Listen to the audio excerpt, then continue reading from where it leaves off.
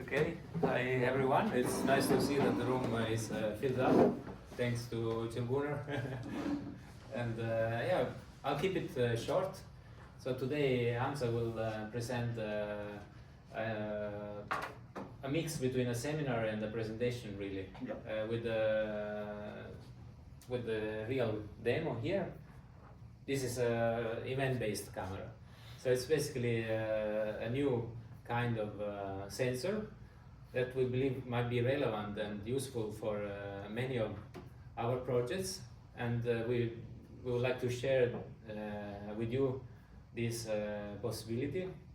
So basically, the way we are planning to use it is for this idea of human-robot teaming. So basically, close collaboration, very close collaboration between humans and robots, where we share space. So we share the same physical space with the machines. We share forces, so we need to do a collaborative task. For example, lifting this table together. On one side the human, on the other side the robot. And the other thing we want to share is the knowledge. So for example, the robot will learn a specific task. So there is a transfer between knowledge, between the human and the machine. So space, forces, and knowledge. These three elements. And we believe that this kind of sensor is relevant because it can reach a very high frame rate.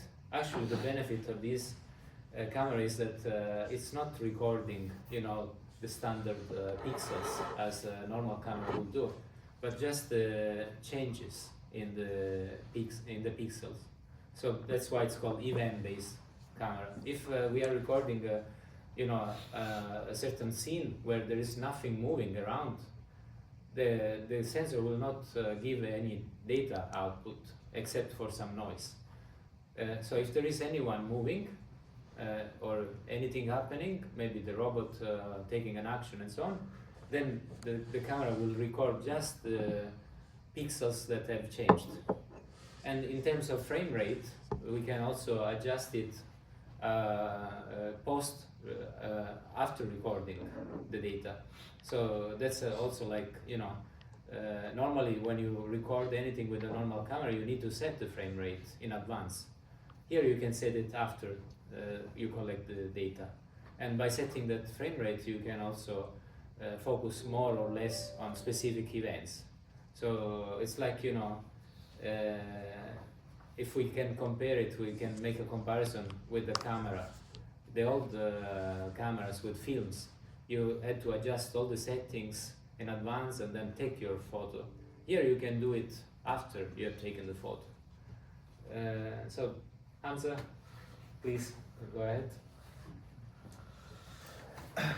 Thank you so much. My name is Hamza. I am a PhD student with Filippo San Filippo. Neuromorphic event camera based robotic visions, applications in robotics. Thanks to Jan Henriksen, we got this camera. It's quite expensive, to be very honest. And we started working on it basically around 2 months ago. So we gathered the knowledge, we have worked on some applications. So this is more like share of an information, as Filippo said, more of a seminar we want to discuss. And if you guys have any question, anytime in a presentation, let's discuss. If I make a mistake, we can correct it because I'm a little bit new to this field. So this will be really good. So neuromorphic / event camera, I will elaborate this term. It looks very dangerous, but I will elaborate, and then robotics vision, and then what are the applications which we are currently working on. When we talk about robotics and computer vision, these are the two complementary fields which goes together. They have an endless applications, starting from augmented reality, virtual reality, to drones for the autonomous vehicles, entertainment purpose. If you want to design agriculture robot who wants to pick a cherry from the farm, computer vision play roles in there. You want to detect a person which person is doing, what person is doing, which person is this, any object detection, any kind of thing. These are all an application of a computer vision with robotics, with the drones, with the UAVs, autonomous vehicles, and everything. Is everything solved? So, what are the limitations of the current systems, and what are the challenging scenarios? The very first one is a latency. Let's take an example of autonomous vehicles. If we are using a camera and a car is moving at a speed, suddenly someone came in a front. And that is a thing where we need to take a decision as soon as possible.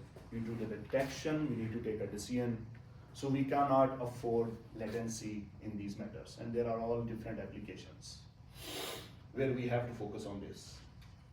Second thing, with the conventional camera, if they are moving at a high speed, we also have an issue of the motion blur, which can reduce the information in a frame and it can damage the accuracy and everything.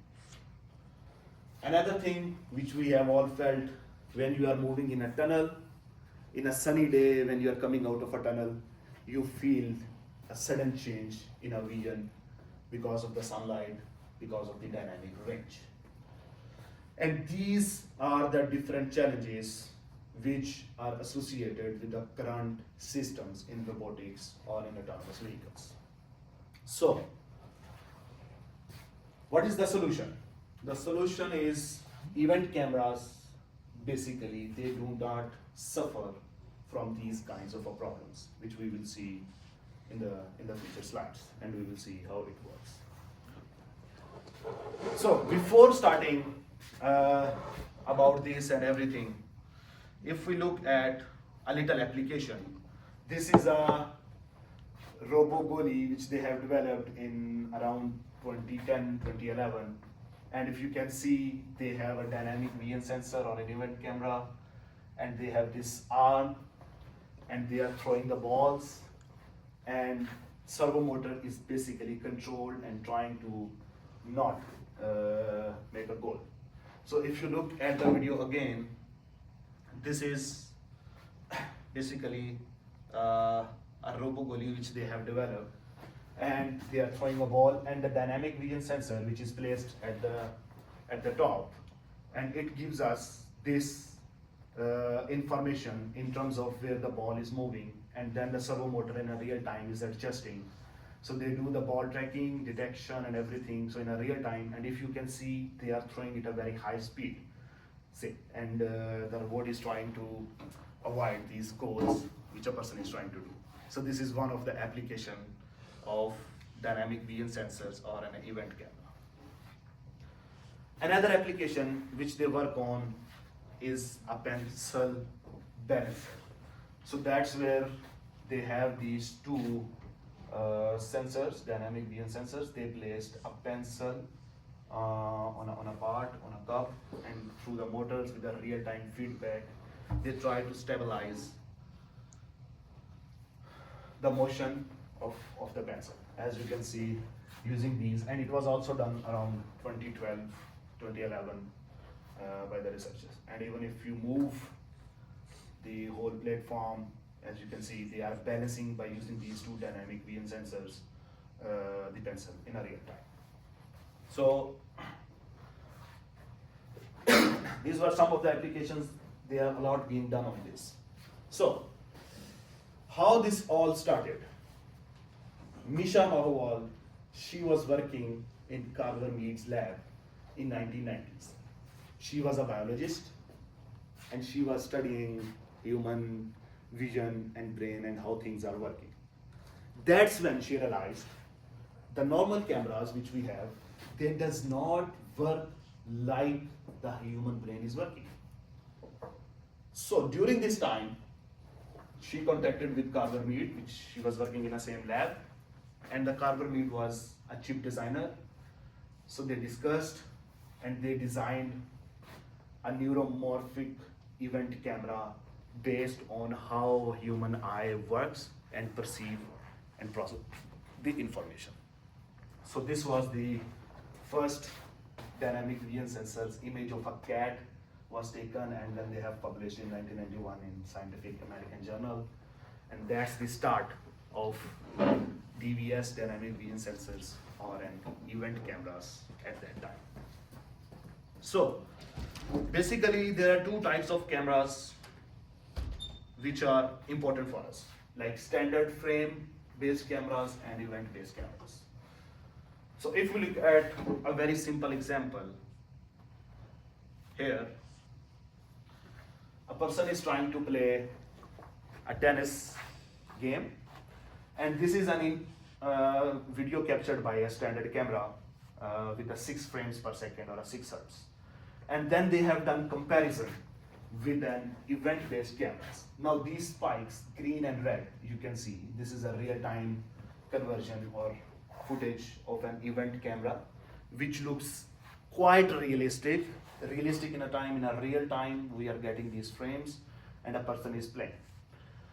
Another good thing is, if we see and look at the start of the video, there was a lot of background which we were showing in a standard camera. But as soon as we move to the event camera, there is no information on the background, and the thing which we are only seeing is the moving hand, moving person, moving ball, and everything. So these outputs are basically called the events or spikes, which are represented as red and green. I will elaborate why it's red and why it's green and what does this mean. So why we need event cameras? Currently we have conventional cameras. So if we want to have high speed with the conventional cameras, we have to compromise with an efficiency. And if we want to have a more power efficiency, then we have to compromise on the speed. That is an issue with the conventional cameras. So the solution is if we use dynamic vision sensors, because they are very power efficient and they have high speed for the data acquisition and everything. So that's how DVS is like coming into the computer vision for the robotics, because of these we can say pros of the event camera, which are fast and efficient, and they have more applications in high speed object detection.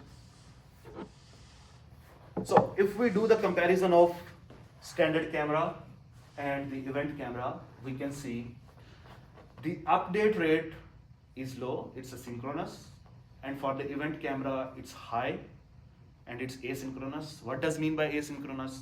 I will elaborate. Dynamic range, we have a low 60 dB, and for the event camera we have high up to 140 dB. Motion blur, yes, as you can see in the picture, if we move a camera which is looking through a window at a high speed, then we have this motion blur.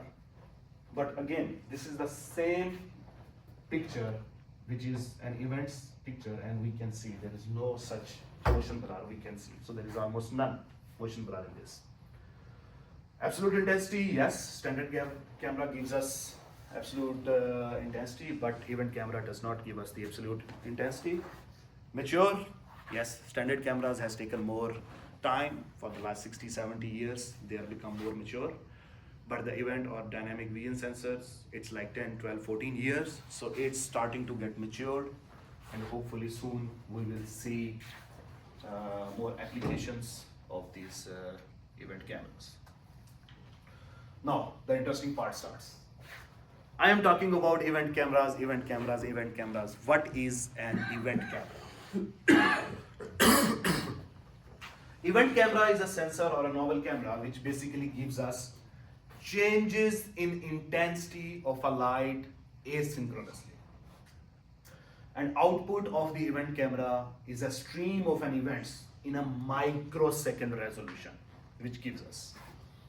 It has a low latency or up to 1 microsecond, and no motion blur, high dynamic range, low power. That is another good advantage of an event cameras. We can work in a milliwatt for the event cameras. They have a very low power.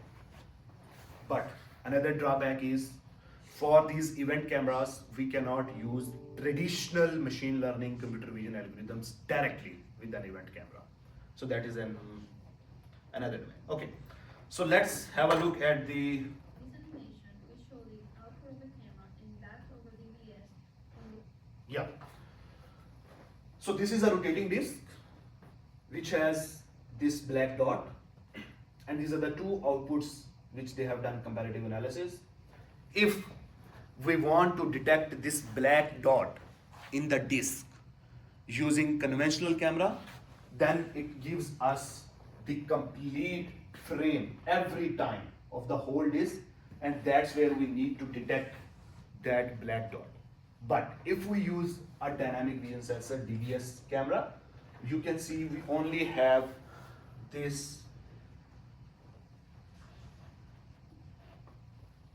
So this is an output of a standard camera, but if we look at the DVS, it only gives us the changes at the black dot.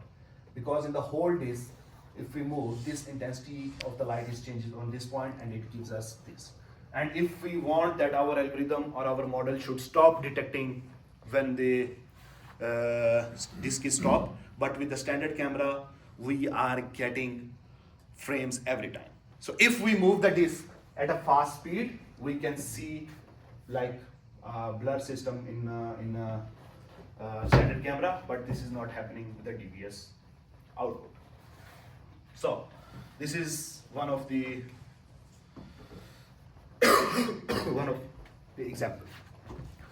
So when we talk about event camera, so we can see event camera is basically nothing, but if we look at close inside, for each pixels they have a photodiodes and the rest of the circuit for each pixel. So if we look closely into the chip, we will see the hardware of an event camera like this, which each pixels gives us this photodiodes and this circuit, which gives us the relative change. How it works internally, I will try to elaborate with the circuit that how this whole thing is happening. Yes. I can see this is a very efficient way to do it. You have the same in AD converters and things like that you transferring just delta information, and that is okay if you have a stationary camera. But if the camera is moving, everything is moving all the time. So then the bandwidth of this will probably be a problem. So for stationary camera, or am I wrong? No, you are absolutely right. No. That's what I was going to discuss in the next. That what are the challenges? Like currently what I'm talking about, I am saying my camera is still. My camera is not moving. Only the object is moving. But what if the camera moves? Then how the whole scenario changes? So this is what I will discuss, and I will let you know. That's very good. Yes. So this example shows very in a detail that how this event camera works. So if we look at it, we can see this is a pixel design complete of event camera. If the intensity of light as changes, so this is a very important part. So if we see, and this point as intensity of light is changing, a narrow beam is moving, and as soon as, come on,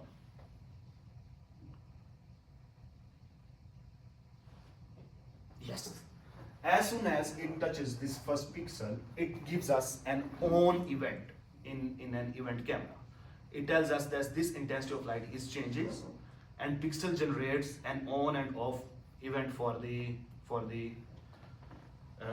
pixel. It gives us that, okay, this pixel has changed its intensity, and now this is an x and y value of the event which is changing. Now, when we move to the next pixel, the pixel which is previously working on, that turns red. This means now we have an off event in a camera. So there are two events in a camera which we are working on. One is an on event and one is an off event.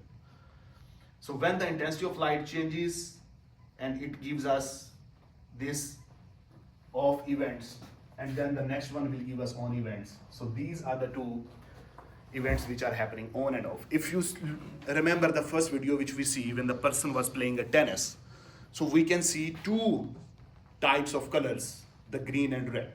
So that basically shows us the event is on and which event was off. So that's how it gives us the asynchronous information to the change in intensity of a light. This is one of the experiments. I don't have this disk, otherwise I would love to show you. But this is one of the experiments they have done with the rotating disk, as we have shown.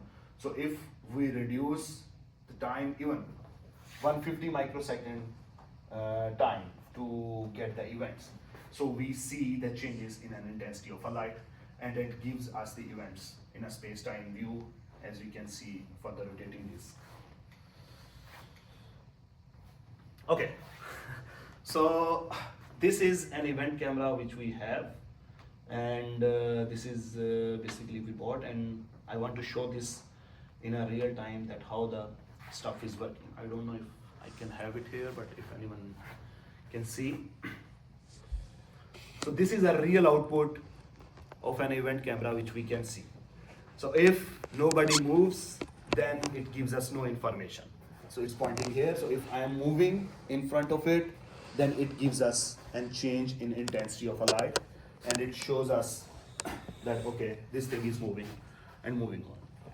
So this is the one way of getting an information from an event camera. The other one is, or the most important thing which I want you, can we see?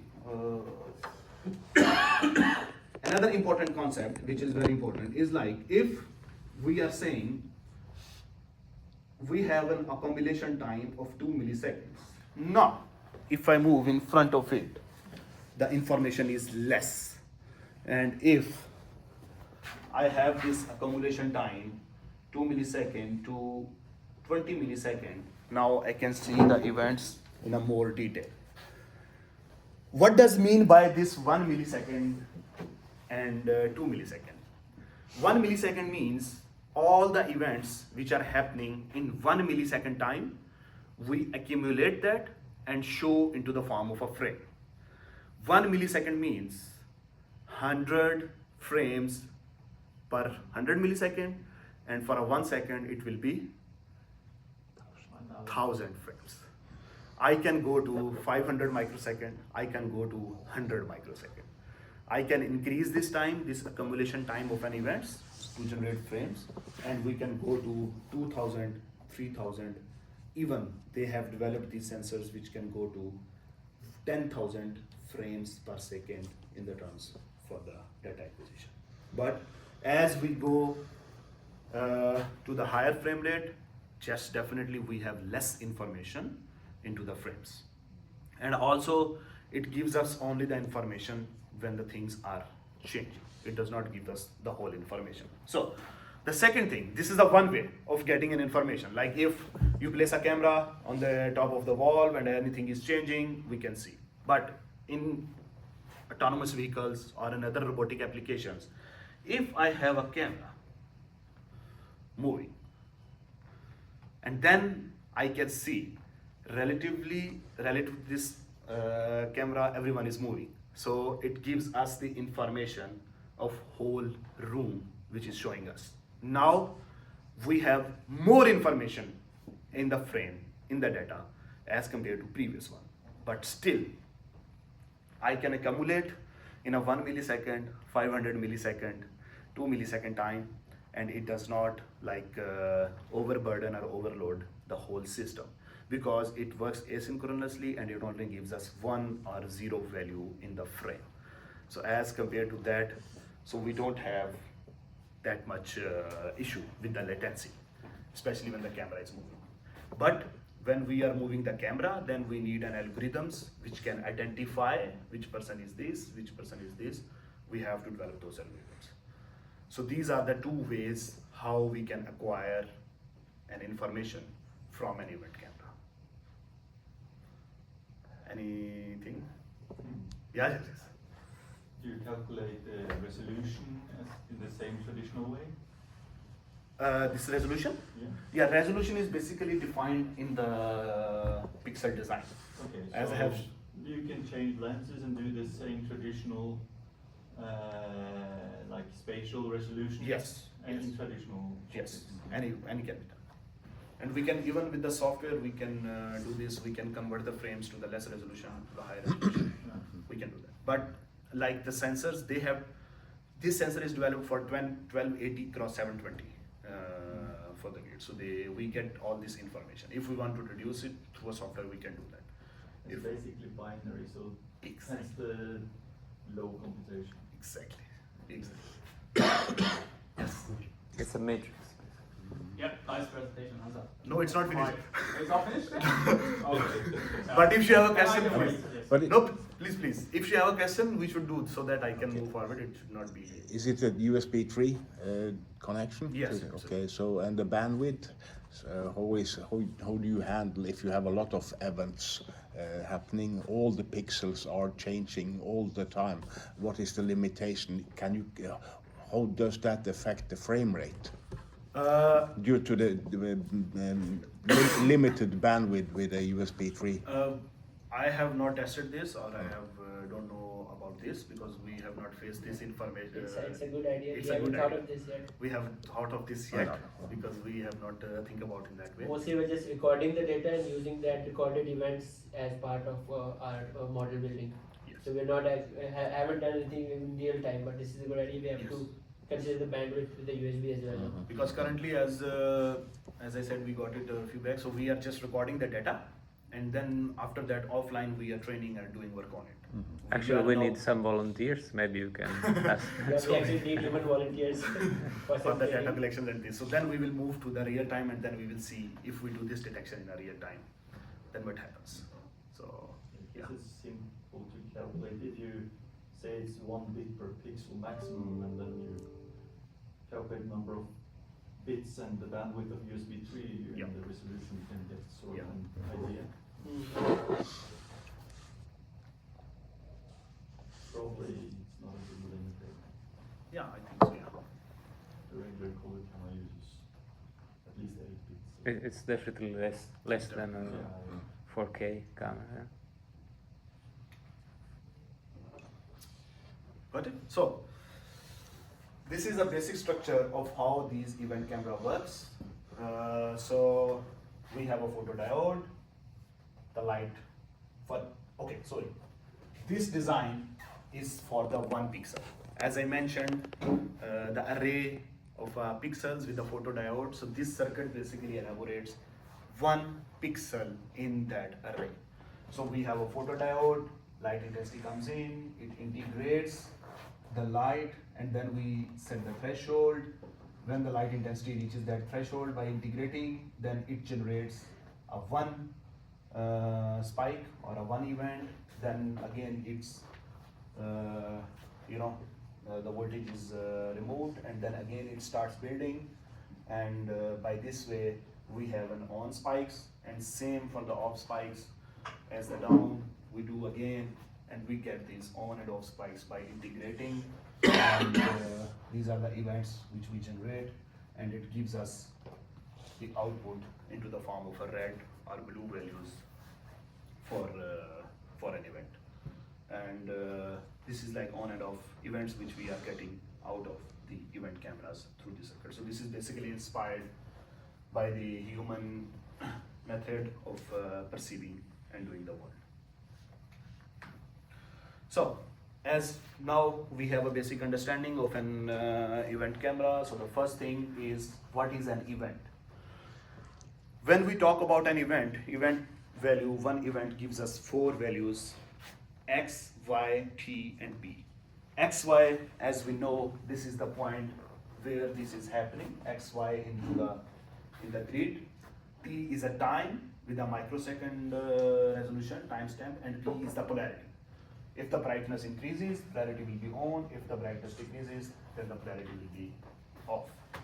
So this is the 4 values which we are getting from one event in an event camera. Now they have designed some colored event cameras also with red, green, and blue sensitivity.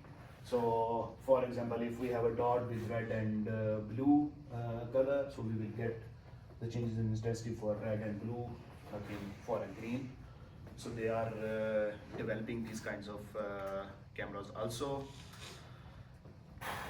Now, the most important thing is, if we have an event camera, then how we are going to do representation of these events to use in our tasks, in our robotic VMs.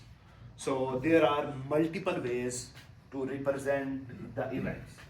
Either is we can directly use individual events and we can process this information, or we can have point sets on the image plane, 3D point set, we can have an event frame.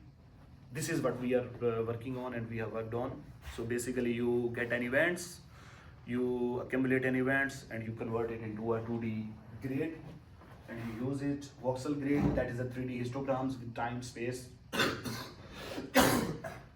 values. Then you can also, the researchers are working on to reconstruct an image through an event values. So you can reconstruct an image and you can use that for detection or everything. So how much time do we have? I think we have 15 minutes left. 20. How much time? Sorry?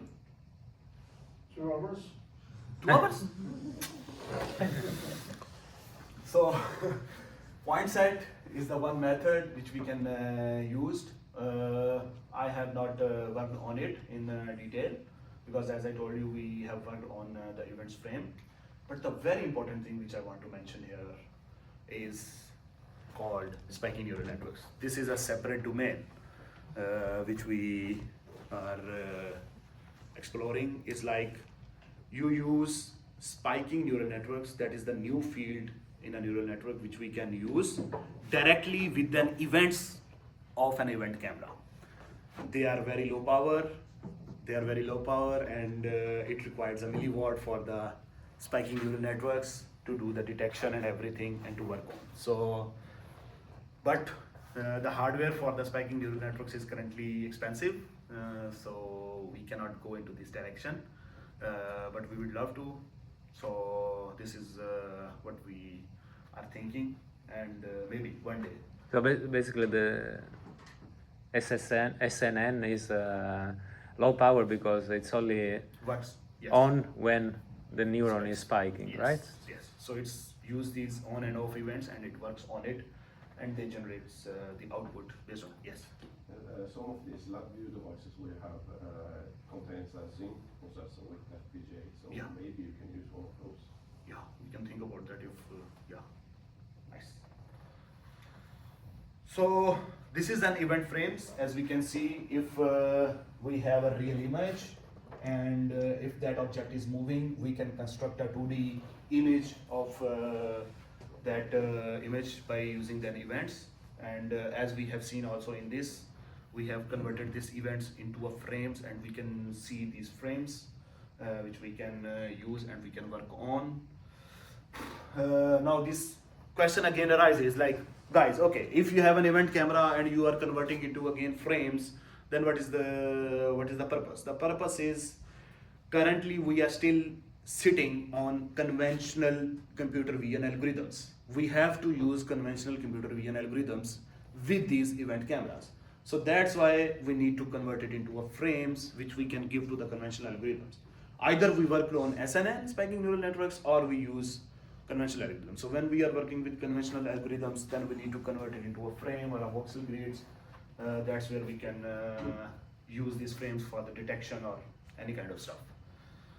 Shalgunar, okay, sorry, I'm trying as fast as can. So this is motion compensated events. Now they are also form of a research which they are working on. So how we can compensate and we can remove the noise in the background to construct an image and to work on that.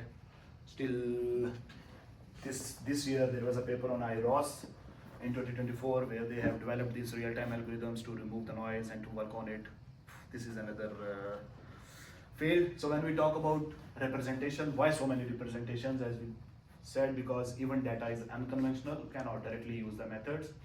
So people try new things if they work, and we also need to cope up with the conventional algorithms. So that's why we have to try the new representation of an event cameras which we can work on. So Quickly, the applications which we are working on currently we have worked on 3 applications. The one is person detection for robotics in challenging environment. So there was a data set, I will elaborate. So, and also the second application is grasping object recognition and grasping position detection, which we have worked on. And we are also working on human action recognitions with federated learning using an event cameras. Person detection, this is one of the work, and this is a real event-based data set for person detection, which was presented in CVPR conference, one of the top. And they have recorded this data in different snowy conditions, rainy conditions, night, day, using these dynamic vision sensors. And if you can see, they have also labeled the presence of a person, and they have given this data set. We have developed and applied our own deep learning model on it. We have trained and tested some of the results, as you can see, true and predicted values, and hopefully we will submit this work in ICCV in 2025. And then the second project which we have worked on is grasping object recognition and grasping positions detection. So when a high-speed object is moving and robots wants to grasp it, we have to understand which object is this, what is the grasping position. So we have also used 2 benchmark datasets for this. We have trained and tested our own algorithm on it, and state-of-the-art results we have achieved. Hopefully we'll submit this in IEEE transactions this year. And this is the work which we are doing by generating our own data. So this is a human actions recognition for the human-robot collaboration. The thing which I want to mention, and the 2 differences which I want to show is very important. Like, if we do this with a conventional camera, as you can see, we have to get the 3D skeleton of the body.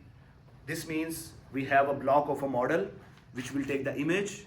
It will capture these 3D key points of the body, and then it will give to the model, which will do the predictions and everything, and recognize the actions of the person which is doing. And if, on the contrary, we look at the output of an event camera for different actions, as we can see, we have much less information into the background. Our whole focus is on the human actions, and so we are trying to develop edge device model for this, for the human action recognition, so that we can use, and we also trying to do with the federated learning for the privacy and collaborative learning, which we are thinking about. So for this we need some volunteers. Yes, for this project we need some volunteers if there are any. Thank you so Please much. send an email to us so that we can collect some data. It takes around 30 minutes, 30 right? minutes. 30-40 minutes of data recording. We can promise 1 coffee. Nothing more than that. But and some sport activity. Sorry? Some sport activity. Yeah. Thank you so much. Shal Gunnar told me that the time is over.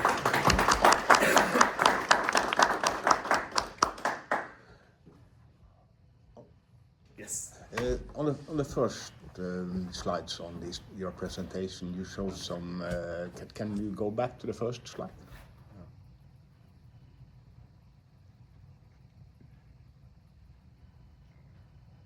There, yes. The leftmost picture there is very important in autonomous driving and things like that, because you have to generate an event if a child is moving into the road, and so we have to stop the car. Would this camera help you generate this event? Sorry, this event? Yes. This one? The first one, yeah. This one? Yeah, the leftmost. There is a paper published in Nature. Okay. This year, Yeah. they have done the same work. Okay, so So this they is have done comparative analysis of conventional camera and the event camera. So they have done this detection in a real time with high speed, and there was a difference of 100 milliseconds, 120 milliseconds in the detection with the conventional camera with an event camera. okay. So and that was a moving car. That was a moving car. Okay. So they have published in Nature this year.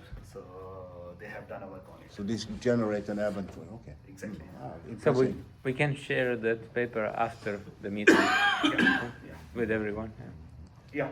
Sorry. A related question. Since you have basically a frame consisting of binary Yeah. pixels, you have much less information. I anticipate that, as you said, the detection is much quicker. But what about the performance of the network to be accurate, like the F1 score or the precision and recall on these performance metrics? Have you read any metrics of how the detection accuracy is compared to using color cameras? Currently, as I have, we are working on this grasping, as I said, an example. So this was a paper in IEEE transactions in 2023, if I remember. So they have done the comparative analysis of an event camera and RGB camera with an accuracy for the detection and everything, and I'm pretty sure it was not greater than 2% or 2.5% with an RGB camera and with an event camera. But we can use less computational algorithm for event camera rather than the RGB camera. Yeah, but my intuition would be that it is dependent on the task, right? Yeah. Also, it depends upon that. I just given an example of grasping, but it depends upon the task also. Like If there are many classes, I would expect a lot of false positives Yeah. and false yeah, negatives. I have done this object recognition for the grasping, and with an event camera for this 91 objects and 154 objects. There were two data sets. So we have developed a model and we worked on it. So for the object recognition accuracy, we have achieved greater than 99%, 99.1, 99.2 with the test data, with the validation data, with the 91 objects and 154 objects. So it means 91 classes and 154 classes for the object recognition for the grasping positions. And for the grasping bounding box detection of an object, for single bounding box object bounding box detection, we have achieved greater than 98% IOU, intersection of union, for the bounding box. But for the multiple bounding box, we have achieved multiple means 8 or 9 bounding box for the grasping of one object for the different positions, and we have achieved greater than 78-79% IOU, intersection of union. So this is quite possible, and it's good. And also depends upon application, as Filippo said. Has anybody tried to combine these information you get from the? Very, very often you have the problem. Yet you have to distinguish between a paper bag and a baby or a child, and that is very difficult with this Yes. event camera. So, but if you can use this camera in combination with an RGB camera, then you know where things happen and you can focus on what you are actually seeing in this position. Then you can probably distinguish between different kind of object, which object you can drive over and which you can't. I think yes, this is a good point. That, and the main challenge there is if that kid is not moving for some time. Yeah. So they're already there in the middle of the road and not moving too much, and you are approaching. That might be a challenge. But the car is moving. And the car is moving, yes. If the car is moving, then relatively everything is Everything is moving. Everything's moving. good. But you have to distinguish If it is what can you drive over and what can't you. Can you? So a paper bag, no problem. that's what- Because for the RGB camera, as I said, it's a long 60-70 years research. We have a lot of data for the RGB, like millions and millions of data. So the biggest challenge with the event camera is currently still at data. The people are started working on it to generate a data for the different applications and to make it open source. Like we have YOLO 11, we have YOLO 10. Why it's so good? Because they have trained these models onto millions of data, which was captured using the RGB camera. So that's why the algorithm is so intelligent, and this is something which we should do for the event camera also. We should generate data as much as we can so that we can train it and hope. And also one more thing which I forgot to mention is, now there are simulators. So if you record a video with the RGB camera, you give this video to simulator and it will generate the events data for you. And why it is good? Because then you already have somewhat labeled data for the what I can say, for the classes. Like if I have RGB camera with the fixed frame, like for example 600 x 600, I may record a video, then I do the annotation or detection using YOLO, and then I save those bounding boxes, and then I done this with an event camera, converted into simulator, and then I can use this with the same rate, and I can see, okay, in an event, this was this, this was this, this was this. So this is another field where the people are working on. So this is probably just a background subtraction. Exactly. algorithm. Exactly. They have done something to make a simulator like this. Yeah. How sensitive is it to like thin conditions? Very Like sensitive. this, so if it changes, it will. The good example is, which I always tell to stand person, I am getting old, so if I'm standing here, I can see how still I can stand. Yes, but if we change the light in the room, for example, will it signal a higher frame? Very good question.